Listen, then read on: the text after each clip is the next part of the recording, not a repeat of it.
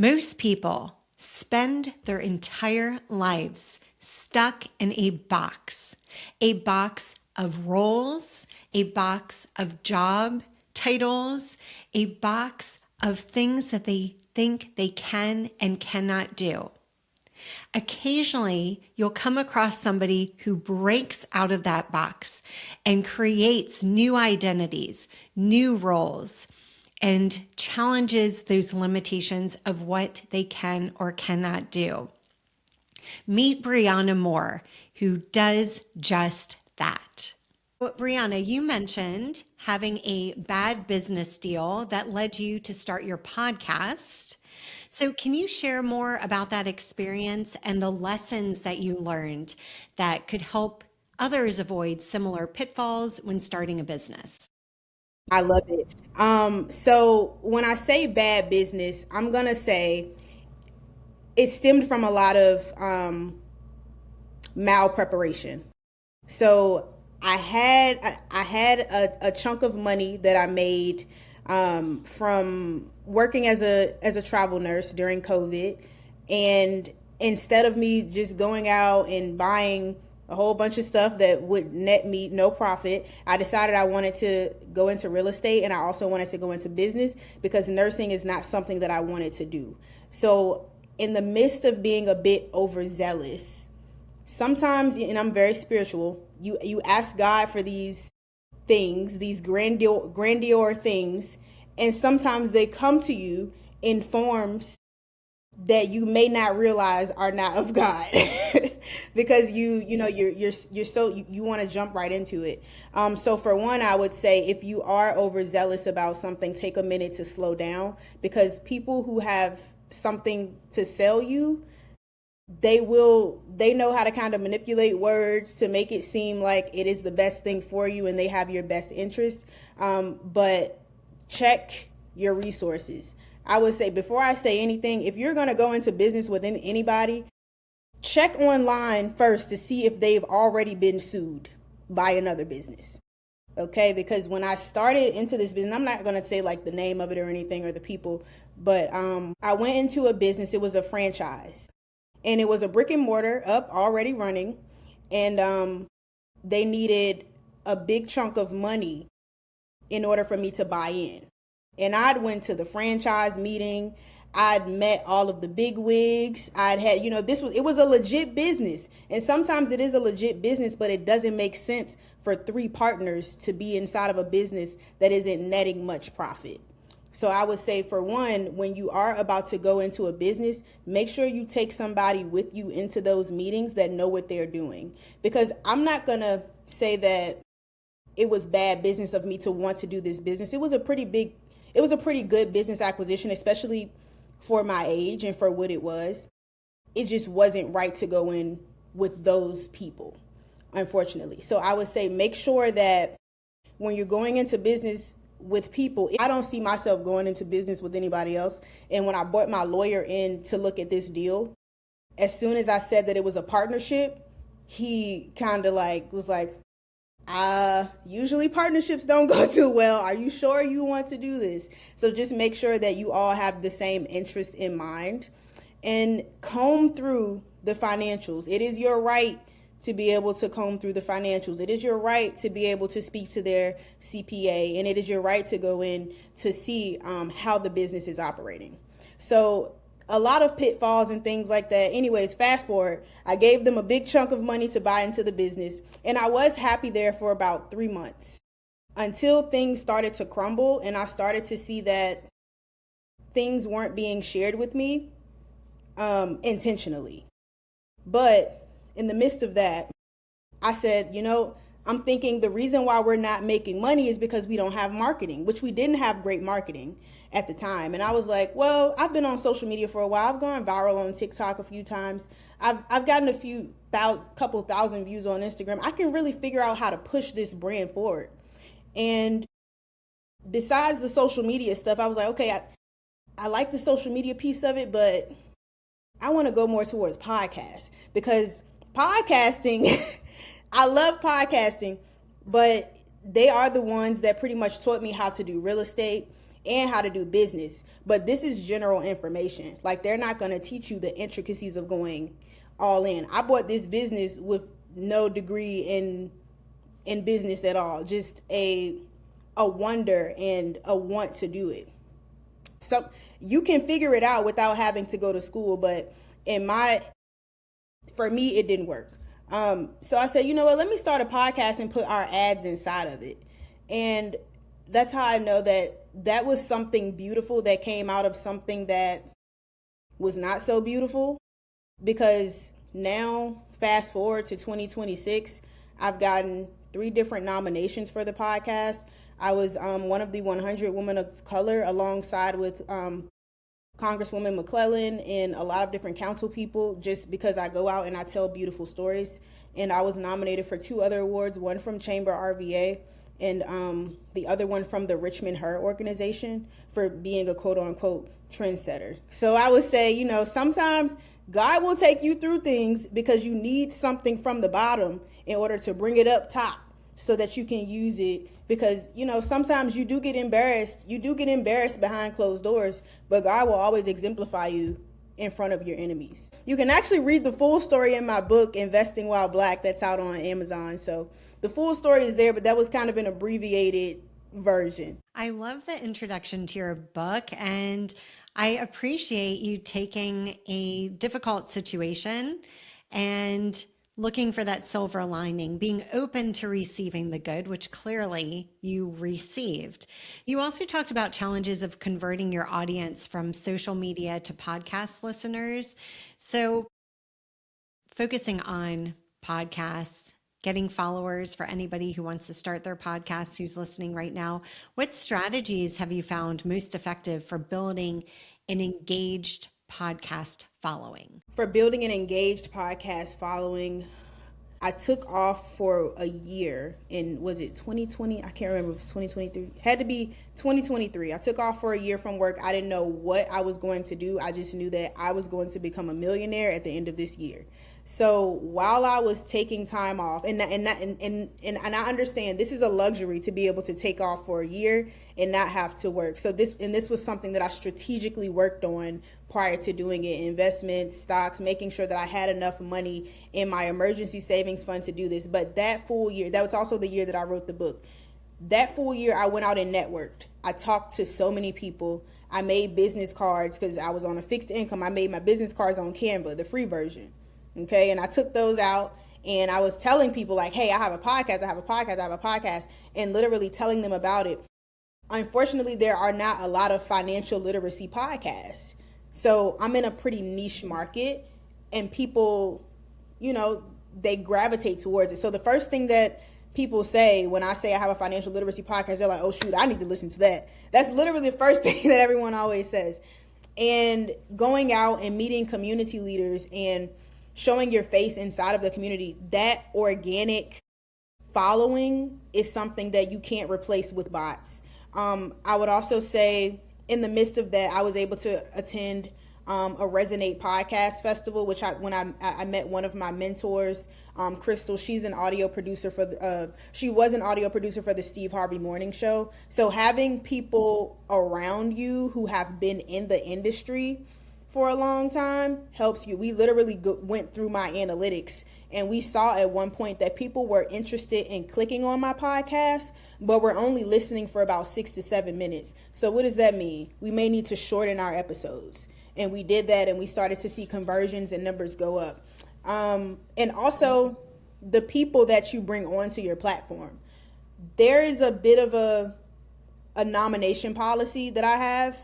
You can't really just reach out to me to be on the show. You have to either be nominated by one of my guests, or I have to visually see what you're doing in the community and ask you to come on. Because I take my network and my guests and their stories extremely seriously. And I think that may be what separates me from the quality of the stories that we get.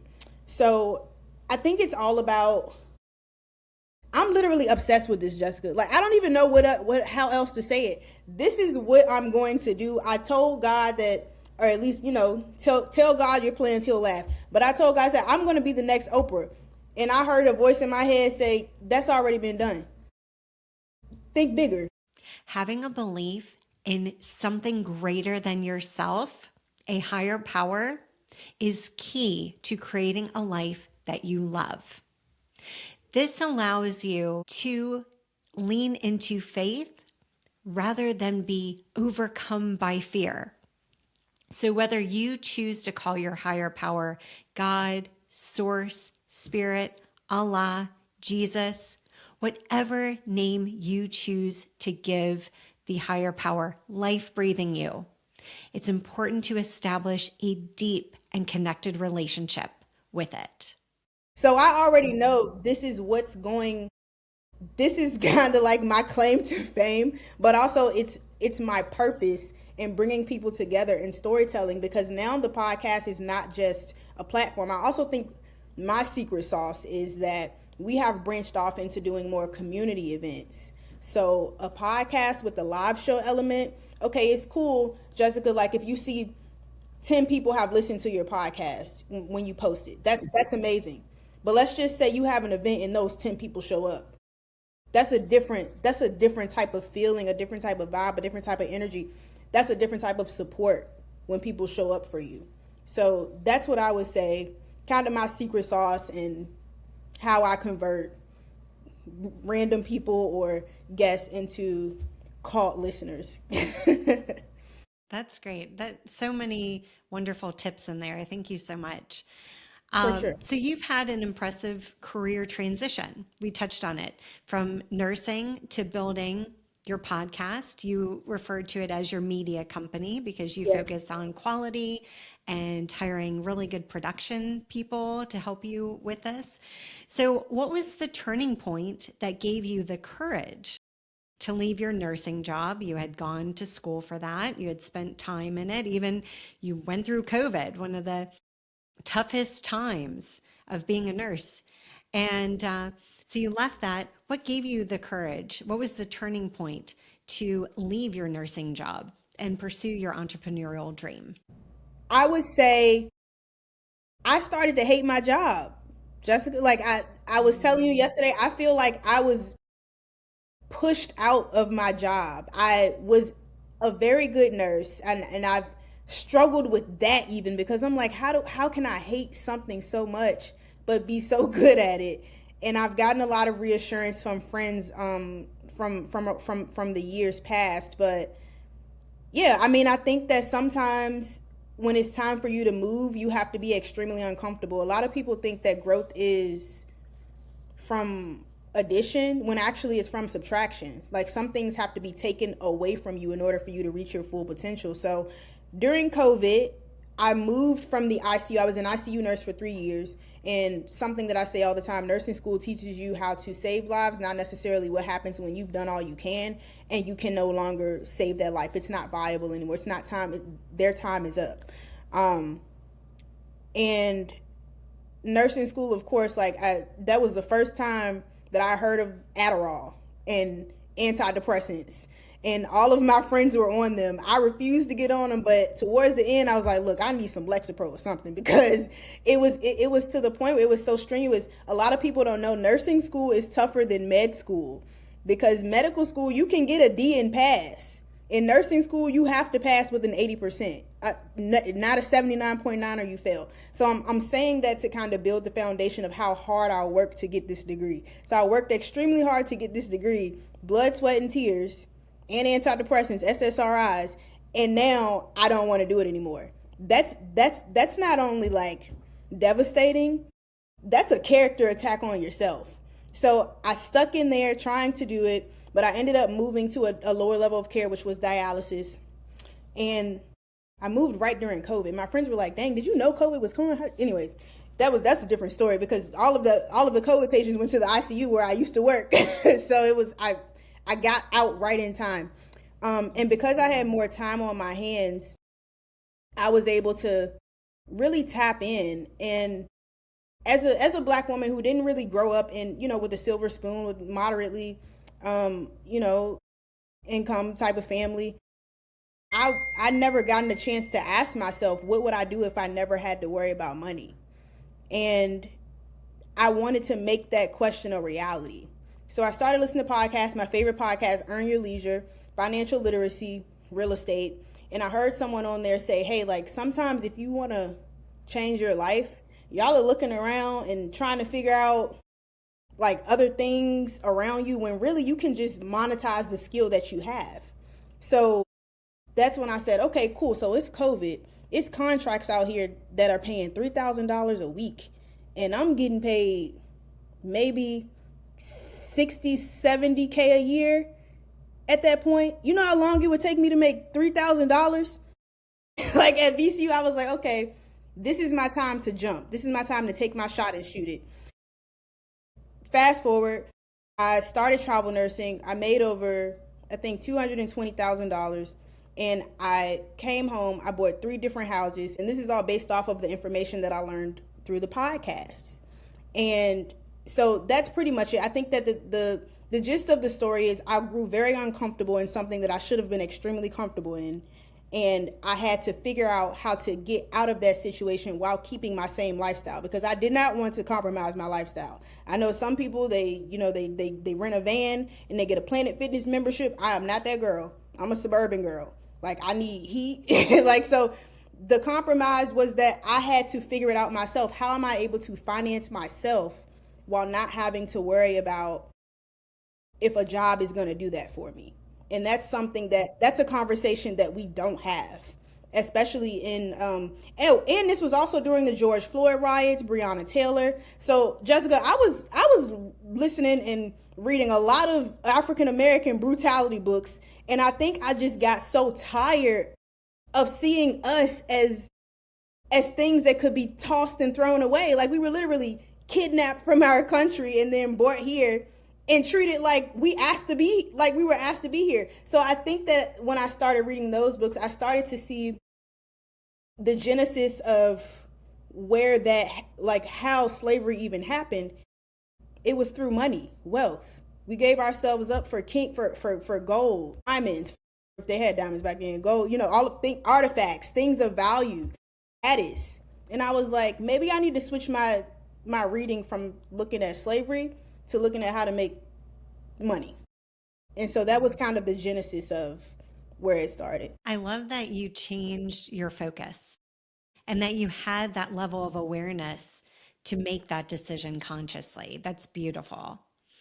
So the time and money, since we're on the topic of money, the time and money required to build a dream can be daunting. So, what advice would you give to someone who is struggling to balance their 9-to-5 job with their side hustle or creative pursuits?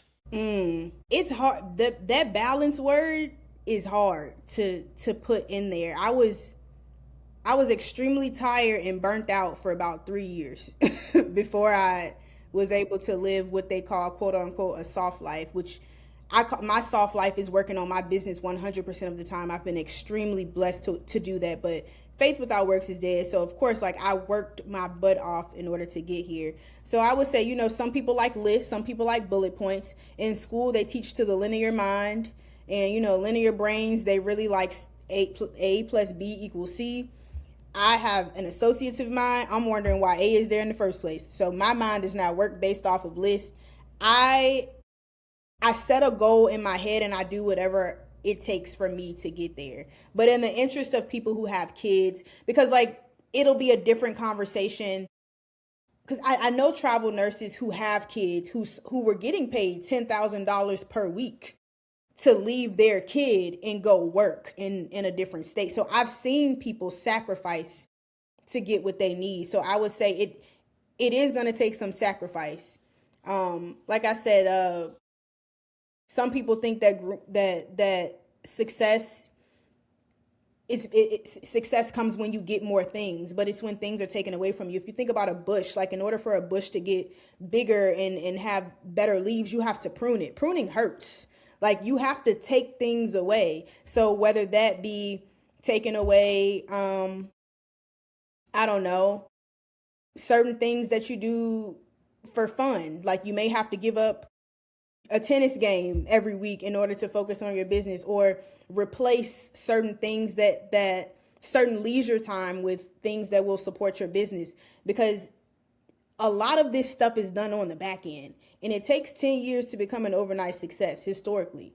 So that 10 years, you're really going to be working and pursuing and really honestly getting embarrassed, and because you're doing things for the first time a lot of times, and that's okay. A lot of people are afraid to fail, but it's okay to fail, because look at a stock market. They fail up. You have to go down in order to pick up more momentum, to build up, to get bigger. So as far as the balance, I've never known balance. I still don't really know balance. So I would just say, figure out what you want to do that feels good to you, that you feel like your purpose is, because a lot of people in the world don't know their purpose. That's the first step. A lot of us are working on things that we have no business working in, and we've become really good at those things. And the other thing that you really want to do, that little inkling in your head that you've wanted to do since you were a kid, or try out since you've never done it. So I would say tap into that, and that's inner work that a lot of people don't want to do. So matter of fact, let's take it back to the root of your podcast, empowering. You have to empower yourself. A lot of people don't know how to do that. So I would start there. Do some work with yourself. Figure out what you like to do. Take yourself on a date. Before you worry about balance, before you worry about transition, figure out what you want to do, because once you're obsessed with something, it's got to work. The only thing that beats education is consistency. So as long as you're consistently doing it, the only way you can consistently do something is if you genuinely like to do it. Despite getting kicked in the face, I get kicked in the face a lot in business, but I'm still here. So yeah, work on yourself first, I would say, before you worry about balance, because the balance will come. So throw out balance, put in obsession, consistency, purpose. Pretty Maybe much. not in that order necessarily, but those three things are key. Yeah. But I also am a very high stakes investor. So, you talking, maybe somebody who did mutual funds or bonds, they would say something different. But me, I'm like, we're going all in. If we go do this, we'll go all in. We'll rest on the front end, on the back, or we'll rest on the front. We'll do work on the back end, front facing. We're going to take a shower. We're going to look refreshed. And then we go get back in the lab and keep working. Yeah. You got to go all in. That's very important, to be committed. Yeah. So financial fears, uncertainty. Mm-hmm. Both of those can hold people back from chasing their dreams. So how have you been able to overcome those fears and empower yourself financially to support your passion projects? You mentioned the risks and the commitments that you've made, but anything to really help you overcome those fears that you face, because I know you have. Yeah, absolutely. And I'm gonna have to take it back to my faith here. I had to have a really vulnerable conversation with God. And I had to say, God, why would you even put me in this position to have a job that I don't necessarily like, and put this burning purpose inside of me that I need a lot of money to fund. And a voice came back to me and said, well, if it's his will, it's his bill. So either way, it's going to be taken care of. And a lot of times, or a lot of different times when I have had that conversation with God, me and God have a really interesting conversation. Sometimes I'm cussing, I'm fussing, I'm mad, and I'm like, God, like, I can't see you, I can't hear you, you've never spoken to me, all you give me is signs. I need to know that you're here with me. And that is when I heard the voice that said, give it all to me. And I give my problems to God. So that's on the spiritual piece of it. And that has caused me to get rid of a lot of anxiety, knowing that you have someone to lean on. But that's where that faith piece comes on as well. Now, the practical piece of me, now, my love language is stability. You're not going to catch me out here funding a business and not have an emergency fund. No matter how much faith I have. Like I said, faith without works is dead. So I would say you definitely have to build up that fund, that cushion that you have, so that you're able to safely create the life that you want for yourself. And me, I'm blessed to be able to go on a 13-week contract as a nurse, which I don't ever want to do again, by the way. This time it's got to work. But last time when I did feel like I was running out of money, I did take a contract and I went back to work. Another time when I felt like I was running out of money, I started driving Uber. I started doing Lyft. I started, doing those odd jobs just to fund what I needed to do. Financial fears, the fear of losing everything, the fear of not being able to pay your bills is the number one reason people don't go for their dreams. And yet, the limitations that we put on ourselves around the financial situation exists within ourselves. The truth is that we live in an abundant universe.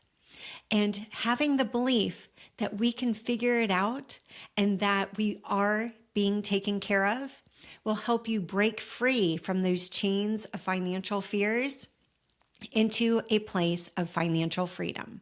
So when it comes to financial struggles, I will say there's always a way to get around it, whether that be if you're more so interested in like business funding. I think at one point in time I bought a whole house on my business credit and it didn't show up on my personal credit. So, there's ways to fund your business through institutions as well. If you show them projections of your business, there's ways to get funded. People will fund you. Some people go straight up to Wall Street and tell them their business plan and come out with money. So it's really in how bad you want to do it. How bad do you want it? If you really want to get the money, it's out here for you. Whether that's through places like if you want to get like a CDFI loan, which Bridging Virginia is really good for that. You just have to, and I know that if you need a business loan through the Virginia Credit Union, you just have to have 2 years of tax returns. How bad do you want it? The resources are out here. I feel like I copped out by going back to work, but also I literally right before this conversation I was I was doing my devotionals and God told me, because I was talking about financial stress earlier this morning, Jessica, right before we had this conversation. But God was saying He was saying if you had all of the money that you needed, you wouldn't go as hard. Mm-hmm. And I knew that. I was like, that's true, because when I was a nurse, on my days off, I would sleep. I would go to Ross. I would go take a trip. I wasn't worried about any purpose. I was comfortable. So now that you have to be a little uncomfortable, there's always a little traction before the breakthrough. So that's what I would say. If you really need the resources, you can go out here and find it. I love that whole motivational awareness. That's what keeps me going. Yeah. What's that? That's what keeps me going. Yeah, absolutely. And you will get your reward at 100%. So you mentioned getting into real estate investing. You talked about that. What lessons did you learn from that experience, both positive and negative, that you could think of could benefit others to diversify income streams? They're called contractors for a reason. No, I'm just kidding. I'm just kidding. Well, I would say real estate is partly a big reason why I was able to take off for a year and not have to worry about working, because I got the biggest paycheck that I'd ever gotten from did I flip that house? Yeah, from flipping that house. And so real estate is a lot of money up front. You got to pay to play in real estate, but it's a lot of money on the back end. Well, there's a lot of different ways to diversify streams of income in real estate. Whether you want to be a little off, more like hands off, there are things called REITs on the stock market, real estate investment trust. I believe Chick-fil-A may have one on there.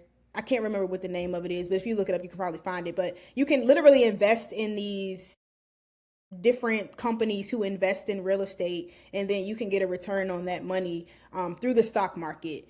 There are also different communities that invest in real estate together. I haven't done that, so I don't have one I can recommend. As I said before, I'm not really interested in doing partnerships anymore. So if I couldn't do the deal by myself, I wasn't going to do it. So you can invest in real estate by wholesaling, which costs you not really much money up front unless you want to pay for the marketing piece of it. And I've seen wholesalers make a lot of money at the closing table, okay? Because basically all they do is they find a distressed buyer and a distressed seller, and then connect them with a buyer, put them together. So let's just say the distressed seller they're like, bro, I just need to get out of this house, back taxes, the bank is about to take it. I'll give it to you for 100,000.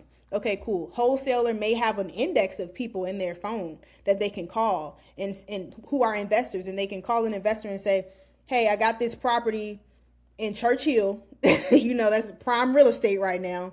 And they can say this property is 200. Now I told you the seller said it was 100.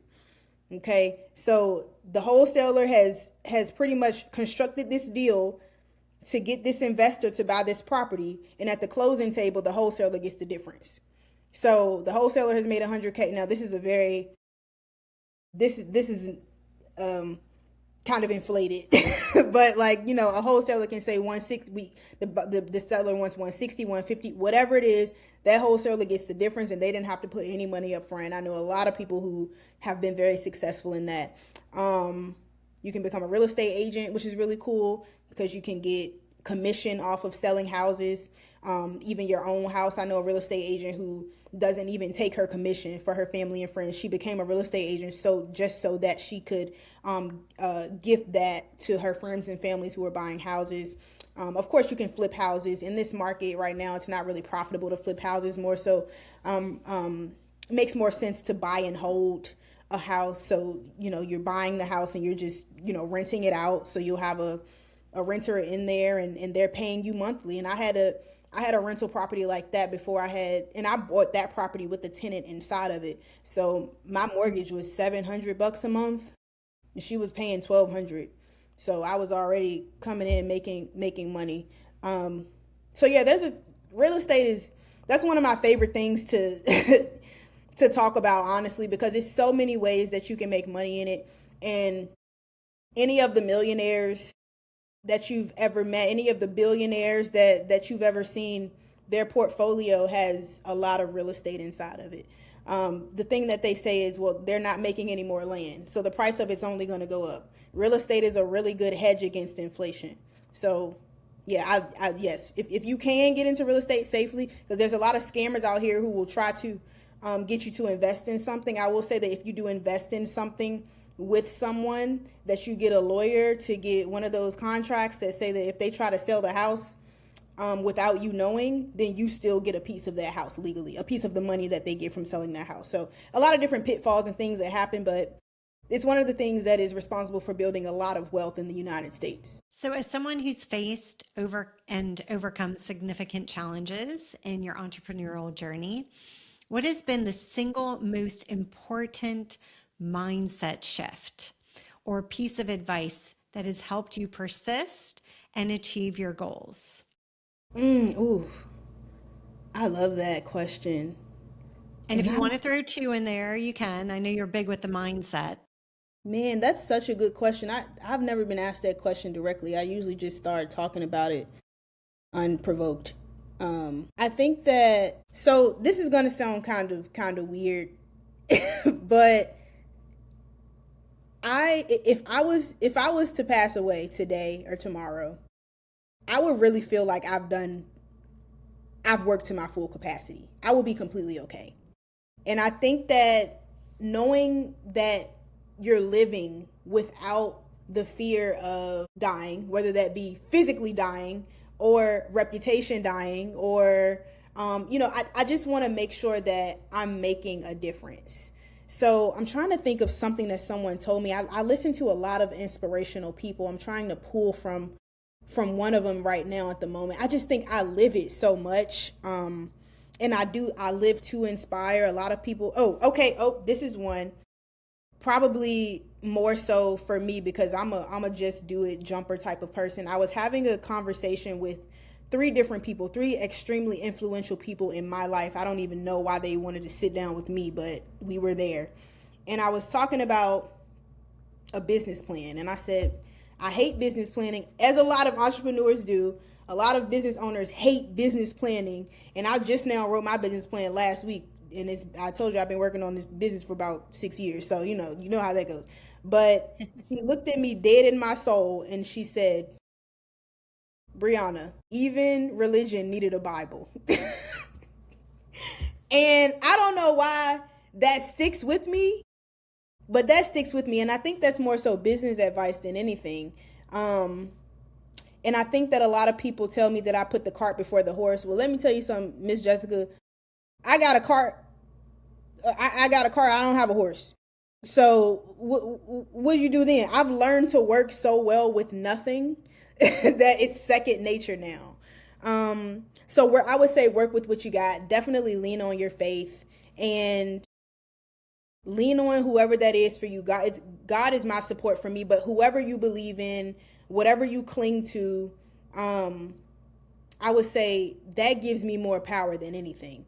I can't even think of and I pray to God, I said, God, order my words, order my steps during this interview. And and I'm usually on it, and I can't think of anything else. But right now I just want to exemplify that relationship and say, that is the sole reason why I'm able to work on my business full time, no job, no real source of income, supporting myself, and I'm still extremely provided for. So if you believe it, it don't matter if nobody else believes it. Like, just think of when the light bulb was created. Thomas Edison said that and people looked at him like he was crazy. Think about when the elevator was created. They looked at that man like he was like, what? Or when a car was created, people were like, no, I love my horse. Why would you take my horse? Like these things that were extremely out of this world, these ideas that were out of this world to other people completely changed how we live as a civilization. So I would say if you believe it, if you think it, if it was put inside of you, you got to work your hardest to get it done. Well, and that is a mindset piece of advice that is very important, is believe. Yeah, there we go. Believe. Yes, ma'am. Awesome. Absolutely. Is there anything else you'd like to tell our audience today? I thank you for having me, Jessica. I'm excited to see your platform grow. And these are the conversations that feel like therapy a little bit. So, you're doing the Lord's work here, because a lot of people don't talk about what they have going on outside of at their business. So, kudos to you for that. I will say, my podcast, More Than Money, we're branching out into doing more community events. My first event is tomorrow, weather permitting. If you can get out of your subdivision, I had a hard time getting out of mine today. But if you can get out, it's going to be at the Henrico Area Library. We are going to do these monthly, and they're financial literacy / mindset workshops / conversations. And there's so many people that are so excited for this, because we don't, as a community, we don't speak about our feelings, but then you add money into it. We absolutely don't speak about those two things together. So definitely look out for me. Definitely follow me on Instagram at the More Than Money Podcast, MoorethanMoney podcast. My personal page is More Investing, Moore investing _ just to see the things that I have coming up and going on. The thing is, the reason why I think I am going to be so successful is because I think that God wants to show people that it can be done with him. Because for you to take somebody like me, who didn't grow up with much, and now able to survive off of really just the intelligence that I've gotten from podcasts, listening to podcasts like yours, is pretty unbelievable. So if you didn't know that there was a God, I am proof. Because it was a lot of different ways that I could have gone. But I'm doing what I love to do, and I think I just want people to know that I'm not a person who's just saying this because just to talk. I really want people to understand that this is my purpose and this is my passion, and I'll see y'all at the top. If you enjoyed being inspired by Bree's story and you want to hear additional stories of people going for their dreams, creating lives that they would love, be sure to check out this video, because leaning into people who've gone before you is going to help you establish a path towards your success. You can do it. I believe in you.